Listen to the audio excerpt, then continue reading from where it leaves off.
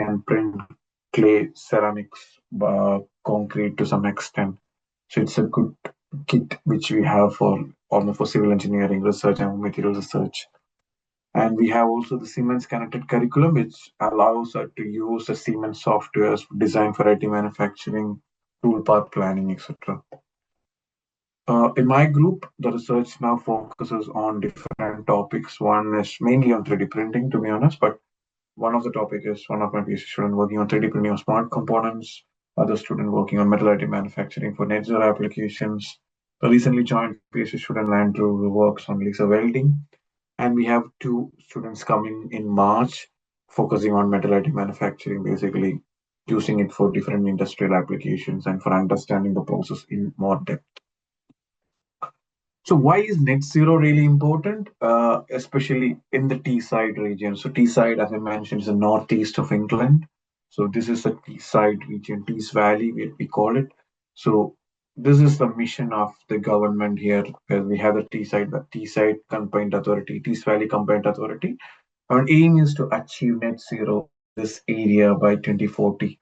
So it should be the UK's first decarbonized heavy industrial cluster by 2040 regarding hydrogen production, regarding sustainable aviation.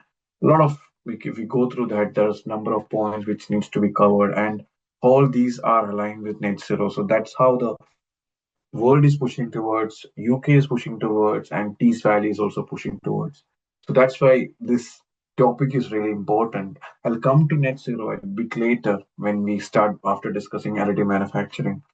So just to start off with what is additive manufacturing, you might have heard different ways of defining additive manufacturing in the past sessions in the last 3 days, but this is how I define it and the way that I present the technique, the way that we present it in the book as well. It's a process of joining materials to make parts from 3D model data, usually layer upon layer, as opposed to subtractive manufacturing and formative manufacturing methodologies. So the criteria of qualification. So if you have a process which is that's come to you and you are a person who decides whether the process is additive or it's a subtractive process, then you have to use this 5 criteria to decide whether the process is additive manufacturing or not. So it should be a process of joining materials. It should start from 3D model data.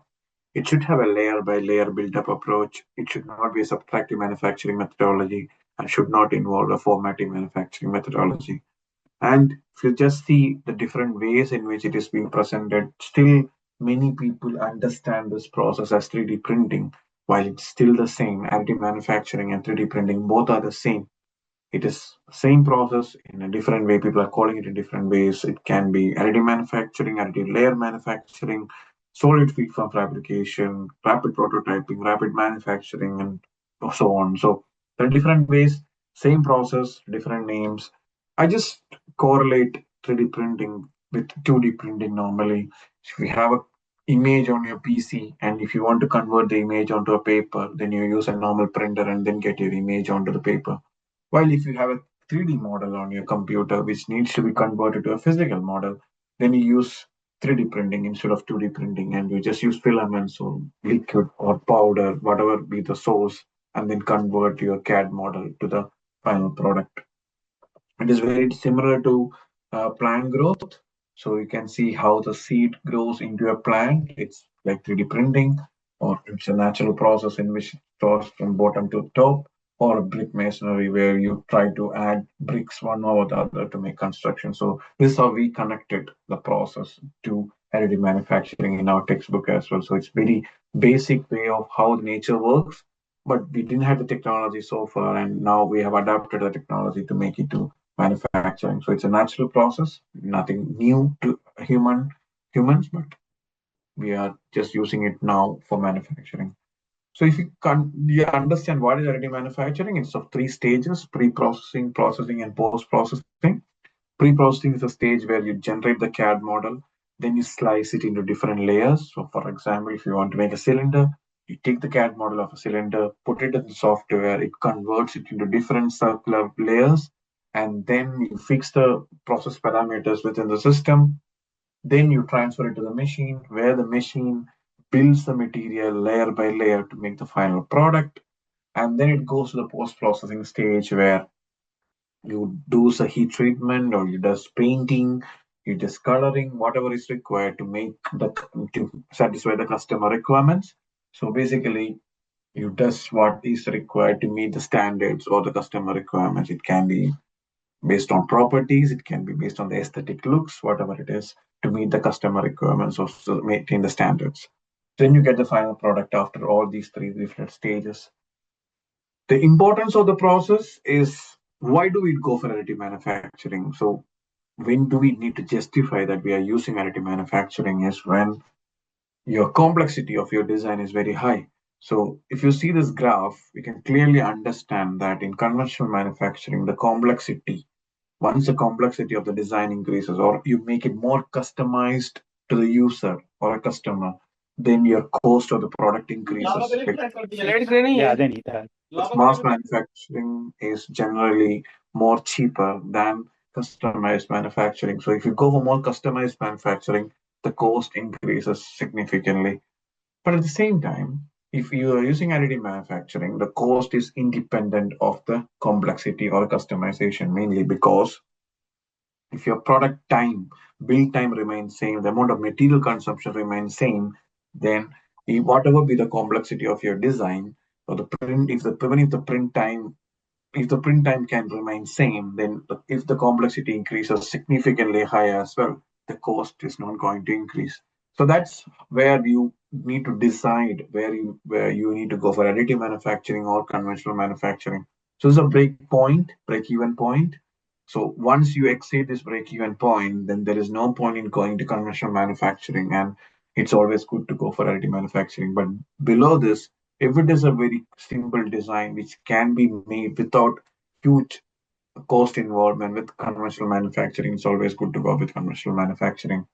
For example, take this complex design. It's very difficult to form these sort of structures by conventional manufacturing because once you start making this, you need to go at different orientation. You need to use different tools, different machines to make these parts. Even if you use all this, it's going to be very challenging to get this complex design. But if you're using additive manufacturing, you can use the process to build it layer by layer.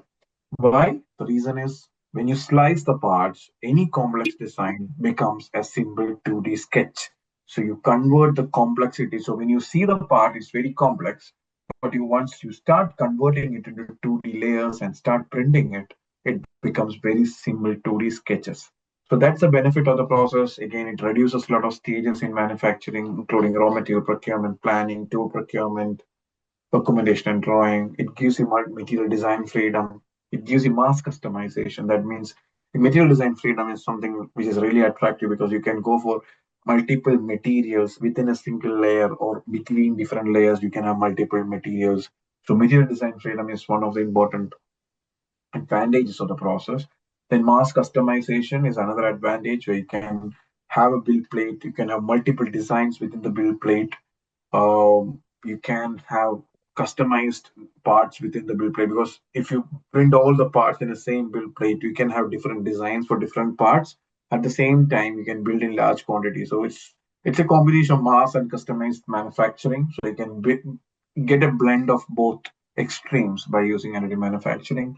Integrated components. So this is something that my student is working at the moment is on integrating sensors and all the smart devices during the manufacturing so that you can get the real-time update and uh, get an information on the life of the product and how it is performing during the life.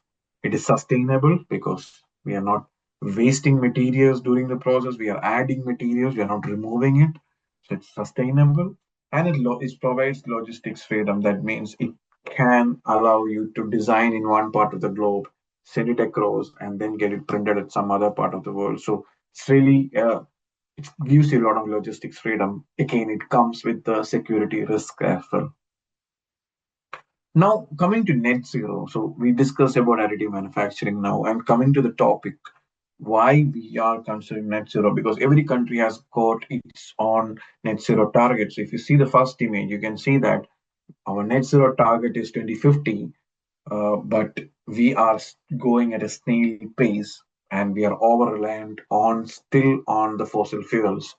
So what is net zero? It means measures to lower the emissions, that is invest in green technologies like renewable energy, solar, wind energy and all. And at the same time, measures to remove the emissions as well. So like direct air capture, capture the CO2, capture the carbon that is available and then reuse it for different applications. So that's net zero is a balance between the amount of greenhouse gases produced and removed from the atmosphere. So UK target of net zero is by 2050, 50% of the emission reduction by 2032, and 75% emission reduction by 2037. That is a UK target for net zero. And if you see across the globe, every country has got its own net zero targets. If you see India, it's close to 2070 is the net zero target for India. So every country has got their own target and all are working towards achieving the net zero mandate. While for UK it's 2050, so we are working a lot towards that. And if you see the carbon footprint, almost 20% of the carbon emissions is from the industry, and among the industries, almost 22% is from the manufacturing sector. So there is a need to decarbonize the manufacturing sector to have a proper reduction in the emissions. So if you consider the different types of emissions, then there are three different types of emissions. One is scope 1, scope 2, and scope 3. Scope 1 emissions are direct emissions from the source owned by a business.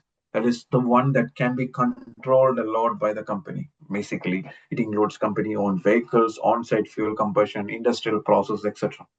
Scope 2 emissions are indirect emissions from the company, that is based on the energy that the company is procuring. So scope 1 is within the emissions that is generated from the company, while scope 2 emissions are emissions that is mainly because of the energy that the company purchases. That is, if the energy that the company purchases is from renewable energy sources, then it is low. But if it is from fossil fuel sources, then it is high. So it's again depending on something else, not the company, what the company is doing. Can come into scope 3, it's the most critical emission because it's not at all controlled by the company. It's again, it depends a lot on the supply chain.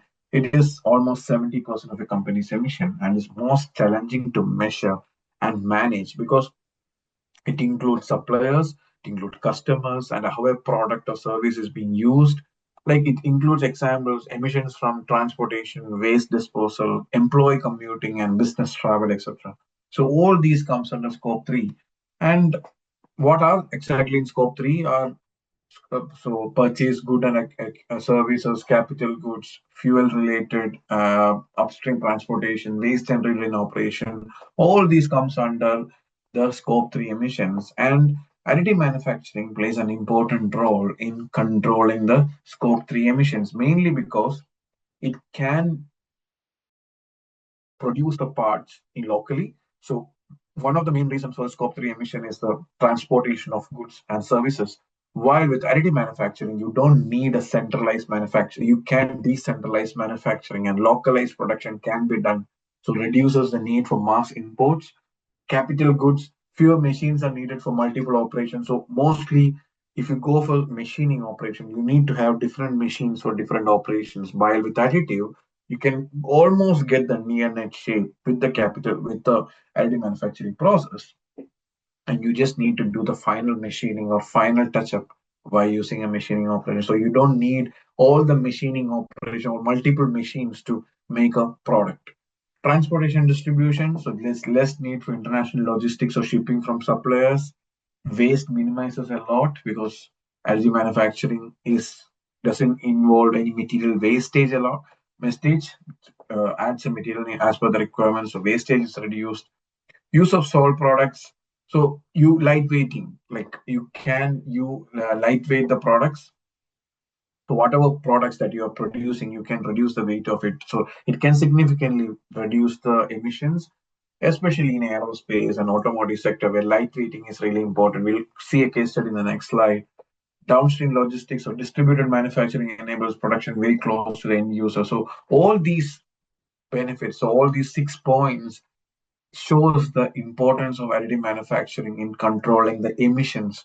So one way of achieving net zero is controlling the emissions. So AM plays an important role there. So as I mentioned earlier, 1 kg weight reduction could save up to $4,210 in fuel each year in aerospace sector. So in aviation, reducing weight is simply an operational improvement. It's a key driver for cost savings and environmental sustainability as well, because every 1 kg contributes to lower fuel consumption, reduce emission, ultimately leaner operating model. So, and again, the similar applies to automotive sector as well. Like if you can lightweight your structures, then your fuel efficiency goes significantly high, and then you can reduce the emissions. There are some studies which different companies have done. So one of the leading companies in the UK on additive manufacturing is 3T additive manufacturing, and I have taken this case study from their website. So their road to net zero, they want to achieve net zero by 2032. So they did a lot of studies, a comparison with different different products. So they did a comparison, and they could see that they for similar products, if they want to use traditional manufacturing, they had to use 45 ton of material, while in additive manufacturing, for meaning 10,000 parts actually, for 10,000 components, it took 45 ton of material, while it took only 1 ton of material in additive manufacturing. And again, for the same parts, we had 13,000 tons of raw material extraction by conventional manufacturing, while it's only 45 tons by using additive manufacturing. Carbon footprint of a part is reduced from 106 kilogram to 4 kg for the same amount of parts. So you can see how important is using these sort of manufacturing methods in controlling the emissions, material extraction, carbon footprint, etc. So by 2032, every part produced by 3T manufacturing, that's the end goal that they have put, is they want to consider net zero digital certificate in each and every part, and so that so everyone can understand that they follow net zero practices in the company. So according to their CEO, if a company want to survive in the market, then they need to follow net zero procedures, because the major reason is there will be carbon taxes that is coming in. We'll end up with carbon tax if you do not follow the net zero protocols, then you end up in carbon tax. Then once you have carbon tax, your product, someone needs to pay that amount. So your price of your product increases. Then the customer need to pay more for to getting your product, and then it's end up in reducing the advantage in the market. So if you're not using net zero practices or sustainable manufacturing practices in the product manufacturing, you end up in increasing the cost of your products, and then you end up in paying more and more amount. So that's how it is processing. Then industrial, then again in UK we have the Net Zero Technology Center, which is also working towards this goal. So we have a Net Zero Center, which one of the themes for them is the industrial emission reduction. And one of the areas that is relevant to us is the usage of additive manufacturing for that. So they use us one of the projects under the Net Zero Technology Center is a wire arc additive manufacturing for oil and gas. So they were trying to use the additive manufacturing to make the first offshore rotating equipment and for the oil and gas technology. So that's how additive manufacturing is being used for the net zero applications.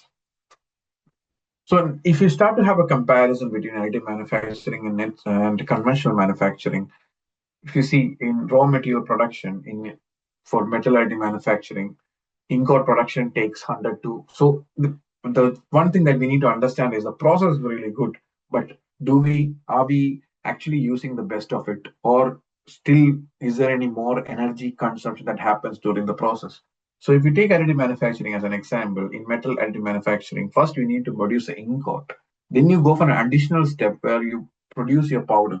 So you have additional steps from ingot, which your consumption, you have 100 to 400 kilowatt hour per kg of energy consumption. Then you go for the powder manufacturing, which is 10 to 30 kilowatt hour per kg.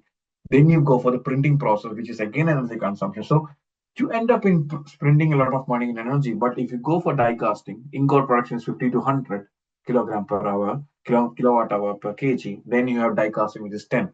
And titanium aerospace parts, 300 to 400. Then you go for 10. So again, depends on the process that you're using, depends on the part that you're using. But largely, if you see, additive manufacturing involves raw material production, material manufacturing, and then the product manufacturing. So there are three different stages where you're spending energy. While in conventional manufacturing, it's more about raw material production and the product manufacturing. We have an extra stage in additive manufacturing, which consumes more energy as well. So that's the same thing here. So in additive, if you see, conventional manufacturing is raw material production to product, while here raw material production to AM material manufacturing is there. Then you go for product use, end of life. But if you see, there is still a lot of energy that is being spent in additive manufacturing in the material stage or in the product stage. But in product use stage, additive manufacturing has got significant advantages over conventional manufacturing. We'll come to that in the coming slide. So if you see this particular example, so the two parts which has the same part to weight ratio, while additive manufacturing has a bite to fly ratio of 1.5, but the conventional manufacturing has got a bite to fly ratio of 8 kg. 8 means if you bite to fly ratio means if you buy 1 kg of material, how much you can convert it to a final product. That is a bite to fly ratio. For example, if you have 10 kg of material that is purchased and you end up in having 1 kg of the final product, then 10 is your bite to fly ratio. So in this case, the first case, if you're using conventional manufacturing for the same part weight, your bite to fly ratio is 8. That means if you buy 8 kg of material, you end up in using or you getting only 1 kg. While additive manufacturing, if you can buy 1.5 kg of material, you end up in getting 1 kg of material. So there you end up in a lot of energy savings in additive manufacturing. Even though we have an additional stage in additive manufacturing to make the material, we have this advantage that we need to use only very little material as compared to a conventional product. So if you see here, if you put this particular section, raw material production, you have a lot of energy consumption in this particular stage in conventional manufacturing, mainly because you're using more material. That's the only reason. Otherwise, you end normal case, if you have same material weightage or same amount of bite to fly ratio, then additive is expected to have a higher energy consumption mainly because of the extra steps it has. But if you use high by the same, if the bite to fly ratio in additive is very less, so energy consumption in conventional parts are very high.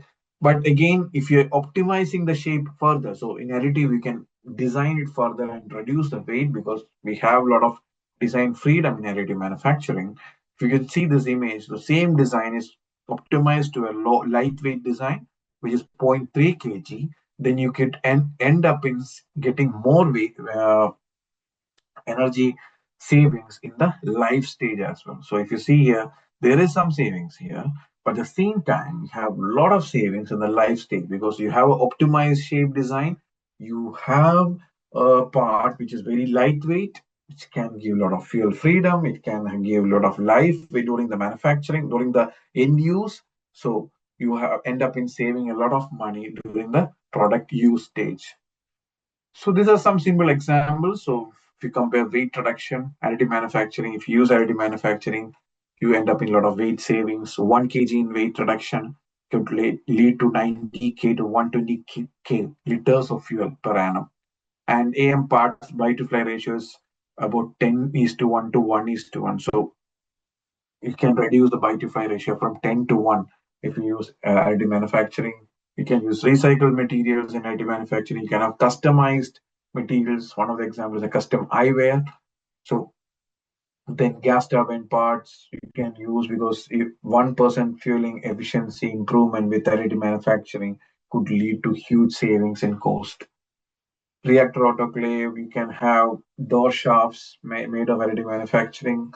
Then you can have bus spare parts because it's not required to store all the parts in the company. You can produce the spare parts when and it is required. So you can print the parts as and when it is required.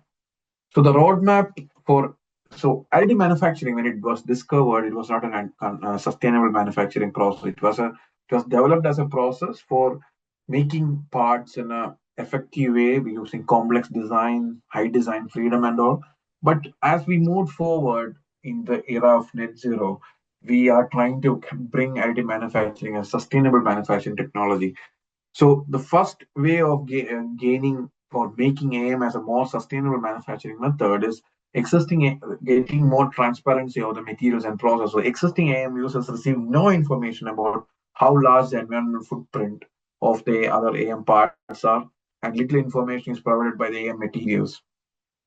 Second is developing a suitable life cycle analysis. So you might be knowing about life cycle analysis. So it's a whole value chain you need to understand from the mining to the final product use, or the um, to the when you shelf the material, or when you recycle the material, till that cycle, the whole cycle, you need to understand how much CO2 emission is happening, how much of an environmental footprint is there when you're using additive manufacturing. So the whole process, there is no study on the whole process of additive manufacturing in terms of LCA. Then predict environmental impact before printing. So you need to develop predictive tools to use additive manufacturing for environmental applications. And again, after gaining all this, then the real work is to mitigate AM harm to environment. So again, AM also generates CO2. AM also generates a lot of energy, heat, which needs to be recycled. So all these comes after that. So one of the exciting thing that I've seen from one of the slides from MTC is a manufacturing technology center in the UK. So according to them, towards sustainable additive manufacturing, we have a lot of opportunities to make additive manufacturing more sustainable. One is energy supply. You can use zero carbon sources. Life cycle analysis one way. Design simulation optimization, as I mentioned, you can use lightweight designs. Consumables recovery can be done.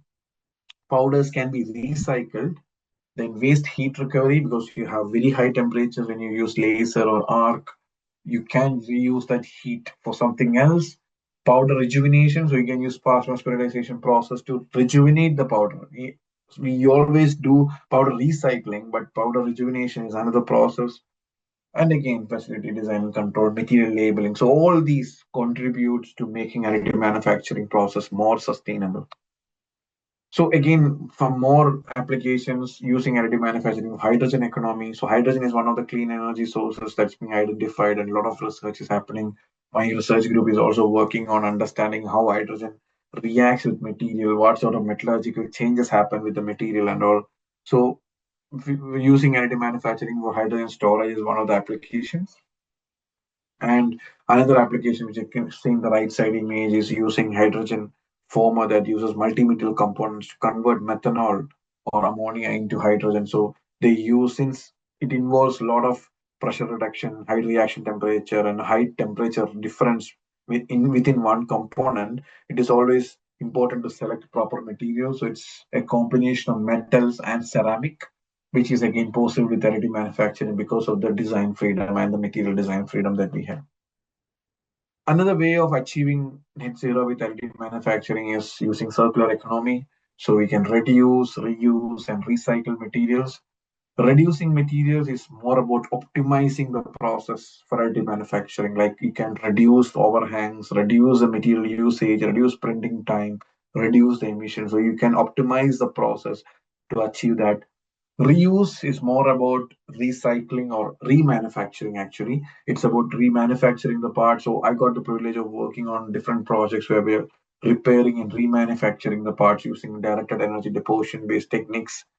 Recycling is another area, like preparing filaments from the waste. Some of our colleagues in the university works on these topics, like reusing. We have a group in the university that works on sustainable labs. So they use all the lab waste from their lab, convert them into filament, and then use it for 3D printing. So there are different ways that people work on recycling it. I have worked on projects where we were using metallic scrap or machining scrap material as a feedstock for additive manufacturing. So recycling is another way. So if you see circular economy based research, circular economy, I just wanted to make it clear, is the circular economy means you use the product. Linear economy is when you get the product, use it, and then you release it. But you just put it as a garbage to the economy, with the environment again. But circular economy means you're reusing again and again and again, and then we are giving life to the part again and again and bringing it back to life. So a lot of research happens on circular economy on different processes. Material extrusion covers 33%, bad photopolymerization process covers 8%, powder bed fusion 22%, binder jetting 4, PDD is 19, and other cold spray, friction stir, and direct ride. But a lot of research happens on circular economy and additive manufacturing, another area that you can pick it up. Then, if you start explaining further, so as I mentioned, reduce means going for more of material wastage, topology optimization, energy control, reducing the emissions and all. Reusing the products is about remanufacturing and repairing. Then recycling the products is using the powder, reconditioning it, and then using it for manufacturing. So that's different ways in which you can adopt recycling. So this is another area that is feeding the powder and converting it to a wire and then using it for additive manufacturing. That's another research domain of using additive manufacturing or waste, converting waste to additive manufactured products. So I would like to quickly go through some of the case studies or research case studies I have done. I'm mindful of the time, so I'll just give a quick glance. But if you're really interested to discuss further, I'll show my email ID at the end. You can feel free to contact me for any collaboration or discussions or any clarifications. So this is one of the works that I did when I was in India. We used 2 kilowatt fiber laser based DED system to print Hestel IX for which is a nickel based superalloy for supercritical CO2 applications. The build volume is 250 by 250 by 250. Laser size is 2 kilowatt fiber laser. Manipulation is CNC. Powder feeding is dual feeder. So we had the laser parameter. So what we wanted was to develop a heat exchanger which can be used as a heat exchanger for getting heat from the primary cycle and transfer it to the secondary cycle.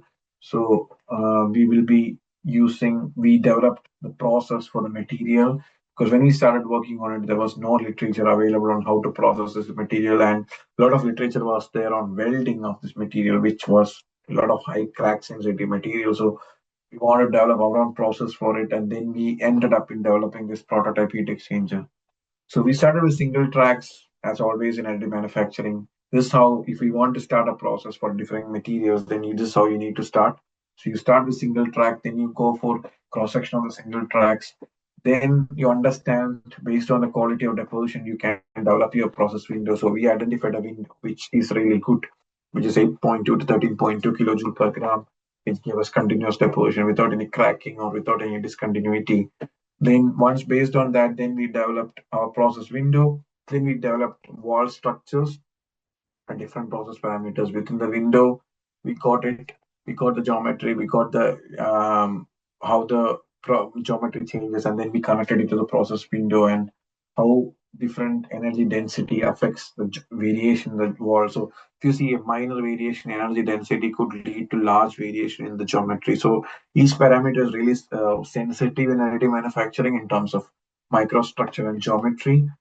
Then we did bulk structure with it. We did analysis of microstructure, mechanical properties. We could get cellular grains with fine grains on the bottom. And then as we moved up to the top layers, then we got more coarse grain structures. Porosity was very less, close to 99.5 density. And we get fine grain structures around 40 micrometers grain size, if you remember rightly. And mechanical properties were higher than the conventionally built samples, but lower than the powder bed fusion built samples. But again, when we analyzed this, we could see a lot of microporosities and non-homogeneous microstructure. So we went into post-processing or process control. So one we did is sequential layer by layer remelting. So we did a remelting strategy by using a laser to remelt the layers continuously and then improve the properties. So we could reduce the porosity significantly, we could improve the surface finish significantly, and we could refine the grain structures and then improve the properties slightly. And again, we did heat treatment at around 1177 degrees Celsius, which was a recrystallization that happened after the grain heat treatment.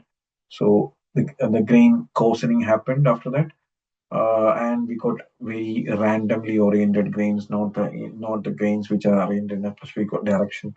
And the mechanical properties were brought very close to the conventionally built samples. So we can see we did mechanical property evaluation from very low room temperature to a very high temperature, and we could find that the mechanical properties are very much similar to the conventionally built samples at very high temperature. Then we developed the strategy for making the structure. We had a lot of challenges, failed channels were there. Then we could develop the strategy, control the energy in such a way that we develop the strategy for making these structures. We developed the proof of concept for the heat exchanger using the three-axis station, and then we went up into the large heat exchanger, which is 250 by 250 by 250 millimeter cube. Yeah, then we I did a lot of work on FGM, so copper nickel based FGMs. That one that we did, where we're trying to join copper and nickel material by gradation. So both the studies were similar. So we changed the composition during the deposition from copper to nickel by gradually changing the composition. Similarly, same thing was done by Dolero and stainless steel. So this is done by using technique called directed energy deposition, which gives you a lot of freedom to vary the composition during the deposition. Similar studies we recently published on copper and stainless steel. One of my colleagues, previous colleagues, Sunil Yadav, did this work. We worked collaboratively. So copper and stainless steel deposition happened, and we gradually changed the composition of copper and nickel, and we could copper and stainless steel, and we could get this sort of greater structure. So you can see how stainless steel and copper is there, and then we could get segregated regions of stainless steel within the copper. And then we did the comparison of mechanical properties. We could get very high strength for the copper structures and the gradation also. If you go for very large number of graded layers, then the crack sensitivity increases. More cracks develops in the material because the number of thermal cycling that goes through, and then we could get very reduced strength, but at a 50% graded, and the direct copper stainless steel was a very good property. But again, it's always a balance of how to find the best grading percentage, because if you go for very steep joint, then the properties changes continue very fast, so it will affect your material behavior. So normally it's always permitted to go for a very gradual change in the composition. LSM of LAM components. So we did a study on using laser surface treatment or laser surface melting to improve the surface finish of the parts, which was done with IIT Kanpur. So we did the material, the melt pool analysis by using simulation and the mechanical and the experimental studies, and then we could find regions where we did shallow surface melting and surface over melting. So based on this, we could find out that based on the energy density that you have, you can understand what sort of region are you working on, and then what sort of surface roughness can you get. So we could distinguish them into two different regions. One is SSM and one is SOM.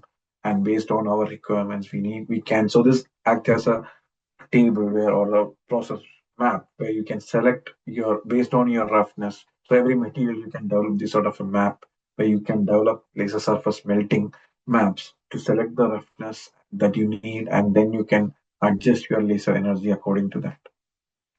Then this is some of the works that I did when during my time at University of Waterloo in Canada. I'll just quickly go through it. This is a study where we did analysis on developing overhang geometries by using additive manufacturing. So we developed a dome structure, then we did the geometrical analysis. Then another study where we developed overhang geometry, we developed a double bend pipe, and then we read the work is very unique in such a way that within the same layer we have region with lower layer height and a higher layer height. So we had to change the deposition speed within a single layer itself. So this is how it has been done, and then we check the microstructures, CT analysis, mechanical properties, geometrical analysis, and we could see that the regions which were printed with a very high scanning speed has got a finer grain structure and a higher hardness value, while other regions have got a different property. So again, this is one of the capabilities. So this is one of the projects which I did where we did a cladding on very thin tube. So we took thin wall tube, which is 0.5 millimeter thick. Then we deposited a highly corrosion resistant material on top of it.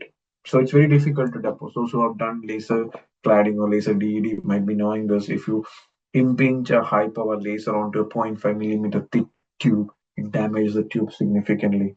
So it's a huge challenge to deposit these layers with minimal damage. So we did the deposition, and then we cut the cross section. We could see that some of the parameters damaged the parts, but at some parameters we could deposit the part without any damage. So we could develop the clad layers on top of the substrate with minimal deviation, minimal damage to the tube, and then we could use it for the corrosion analysis, which was done later on. And this is how the cross section looks like. So you could see that the tube doesn't have any damage, and we could see that there is a mixing zone and the clad region, and there is very minimal porosity, mainly the gas porosities, and some lack of fusion, which you generally expect in laser cladding. But again, when you're using gas atomized powders, but it's generally largely it is defect free in nature.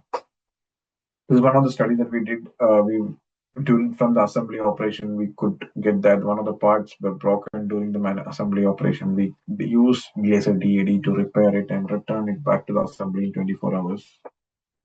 Another study where we used machine learning and deep learning techniques actually to predict the deviations at different conditions. So based on the part, you can predict the deviation, and then we used something called adaptive scanning speed and laser control, which was developed by one of my colleague, Farzaneh Kaji, and she developed this technique, and then we used it. My part was on the process and the materials part. So we did the metallurgical characterization and the density analysis and the microstructural mechanical properties. So what we did basically is we had this initial parts which were the design with this sort of deviations. Then we control the speed and the laser energy or the laser on and off, and then we could get parts which are very flat and with a minimal surface deviations. So, but still, even if we go for geometrical characterization, we should ensure that our mechanical properties are not affected. So we went for the mechanical analysis as well after that. This is a work that I'm doing at the moment, which is completed on a MM student, and we're converting to a paper. So we did one of the recent studies on Inconel 617, which is a nickel superalloy. We did a lot of studies, and we'll skip all of it, considering the mindful of time. And the last one, which I wanted to show, is a hydrogen exposure of 3D printed parts. So we used the normal polymer 3D printer to print nylon parts, and then we exposed it to hydrogen conditions, because just to evaluate how additive hydrogen can be, or how 3D printed parts, polymer parts can be used in additive manufacturing. And you could see how the parts have behaved after hydrogen exposure. So this was not expected in a normal, or it was not seen in a normal nylon material, but in 3D printed nylon, mainly because of the porosity that is there in the material, or mainly because of the air gaps that is there in the material. This sort of structures were observed on the surface, but at the same time, this got reduced after some time when the hydrogen, those got penetrated in the material, escaped after some time as well. But we could see that there is a reduction in the mechanical properties after exposing to 100 bar of hydrogen for 72 hours. If you see, the mechanical properties have dropped down, but the strain has increased, which shows that the softening has happened. Hardness didn't change much. The flexural modulus and flexural strength changed a lot. Then you can see the SCM images as well. In exposed condition, you don't see a lot of boundaries or voids, ammoid voids are observed. We also did some analysis on LCA, life cycle assessment, on using how additive manufacturing can be used in as compared to conventional nylon. So if you see, then material usage is more in conventional manufacturing as compared to additive. But if you go to the environmental impact, it has additive manufacturing has also got some environmental impact.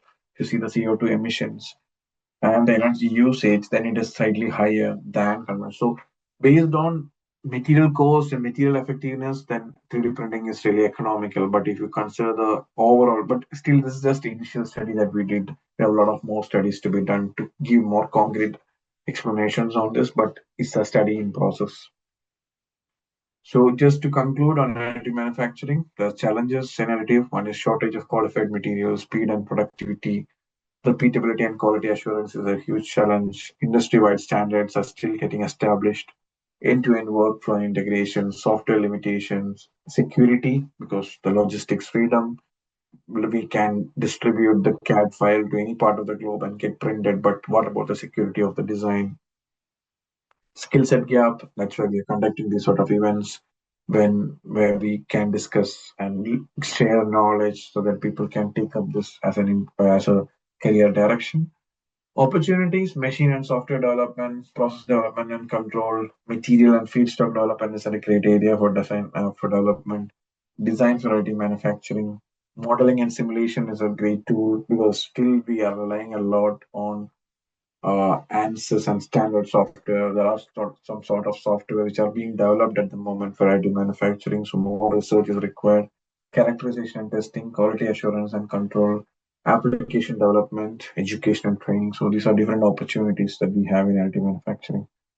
So in my group, we are working on more all these areas: additive manufacturing, surface engineering, material processing, and circular economy.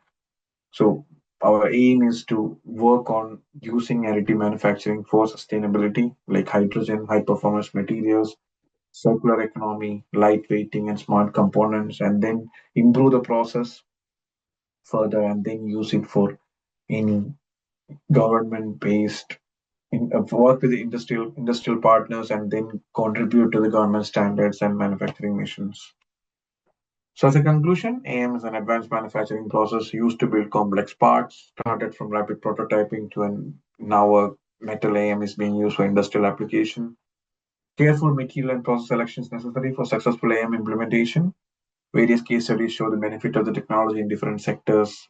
It requires systematic investigation and training for high quality parts. Research opportunities are still plenty to improve the process.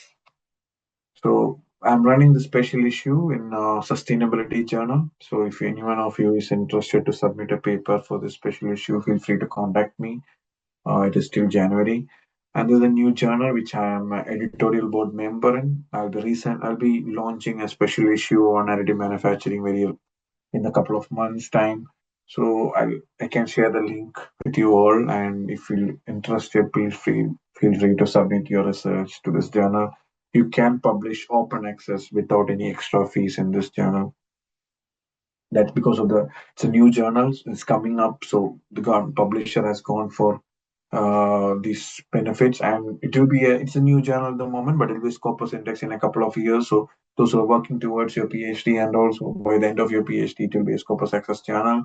So we need to have more publication to get it Scopus as access, and also we are supporting more open access publications at the moment. And if anyone of you is interested in research opportunities, research degrees for part-time PhDs and all, we have distant PhD opportunities. In our group, we have still 2 more seats available. So if you are interested to do research on additive manufacturing as a part-time PhD option, feel free to contact me. So I'd like to acknowledge my students, my colleagues, and my collaborators, my funders for this giving me opportunity and giving me all this opportunity to do research by giving me enough funding and support. So thank you again to the organizers for inviting me. And this is my email address. So feel free to contact me if you want any further information or for any collaboration. Thank you so much. Thank you, sir. Participants, if you have any questions, you can ask.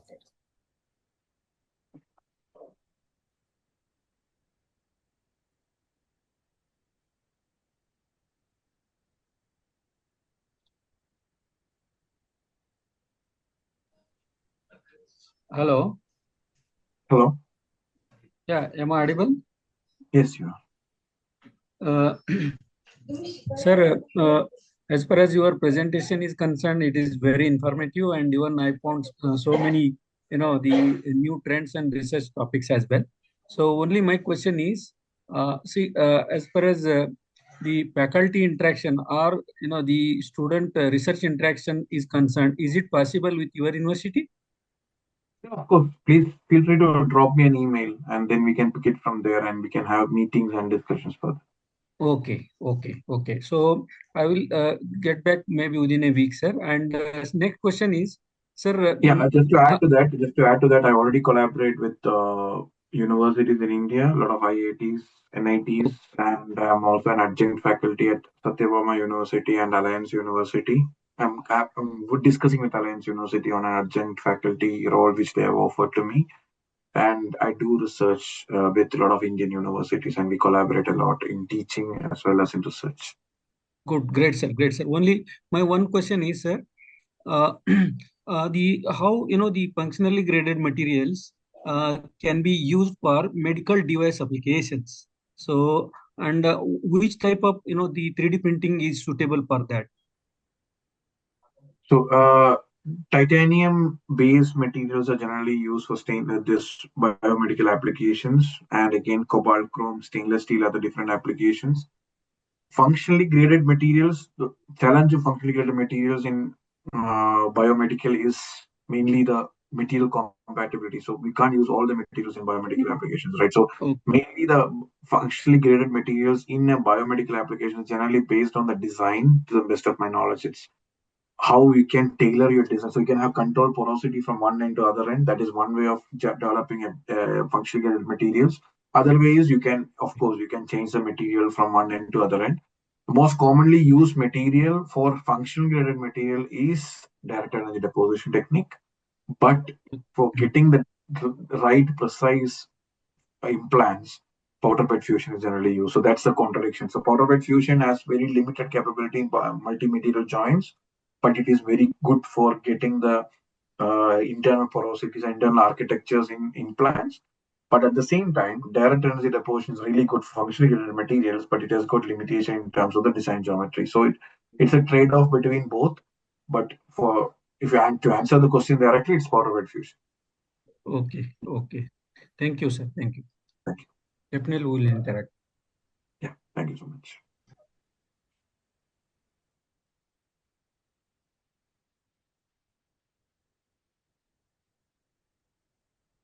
Any other questions? Sir, good evening. Good evening. I am audible, sir. Yes, you are. Sir, what about with the metal additive manufacturing with wrapping and distortion? Yeah, that is a challenge in the process. So a lot Yeah. of because we are having a lot of heat that is developed during the process. So wrapping and thermal distortion is very important. So for Yeah. that, normally what we do is we do a lot of thermal simulations. Because thermal simulation help us to understand what sort of fix or what sort of what I say, the substrate layout that we need to use, or how do we fix the substrate during the manufacturing is always guided by a lot of thermal simulations or softwares like Simufact has got capabilities for doing that. So that is one area. Other area is controlling the distortion by selecting the process parameters. So you can control the distortion and the wrapping to a greater extent by distributing the energy during deposition. So you might have heard about island scanning, the different scanning strategy that is being used in additive manufacturing, which Yeah. has got a lot of impact on the wrapping and thermal distortion. So one way of controlling it is the process control, which is the process parameters and all.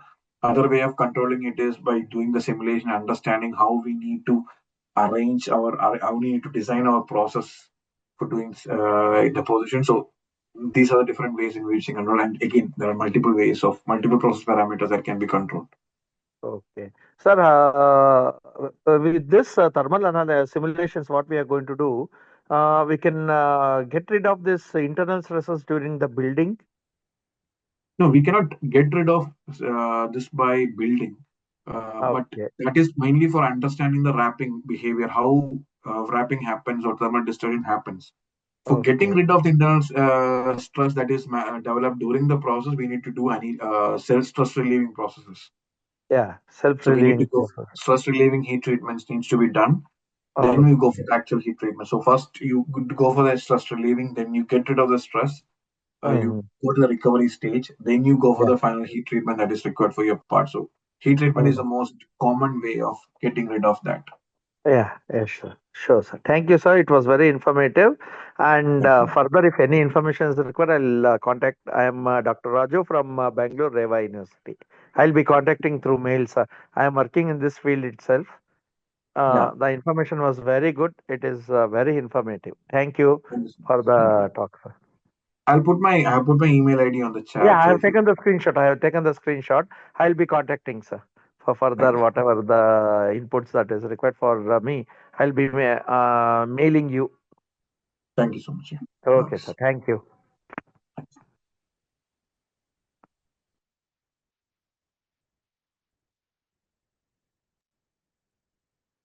Okay, so I think no more questions. Okay, thank you, sir, for your effective and informative session. To conclude today's session, I welcome Mr. Amla Praveen, Assistant Professor of Bethlahem Institute of Engineering Mechanical Department, deliver the vote of thanks. Good evening, everyone. On behalf of Bethlahem Institute of Engineering, I am honored to deliver the vote of thanks for our 6-day online faculty development program and additive manufacturing. First, my heartfelt thanks to our chief patrons and patrons for continuous support. And very special thanks to our convener and coordinator of this FDP for managing day-to-day activity. Now, I must express our deepest gratitude our resource person, Dr. Jinob Arakar Narayanan. Thank you, sir, for this wonderful session. It was a complete informative session about additive manufacturing. Thank you for all the participants who joined in the FDP and make this event grand success. Thank you. Okay, thank you, sir. Thank you, sir. Okay, end up, sir. Yes, thank you so much. Thank you, sir. Okay.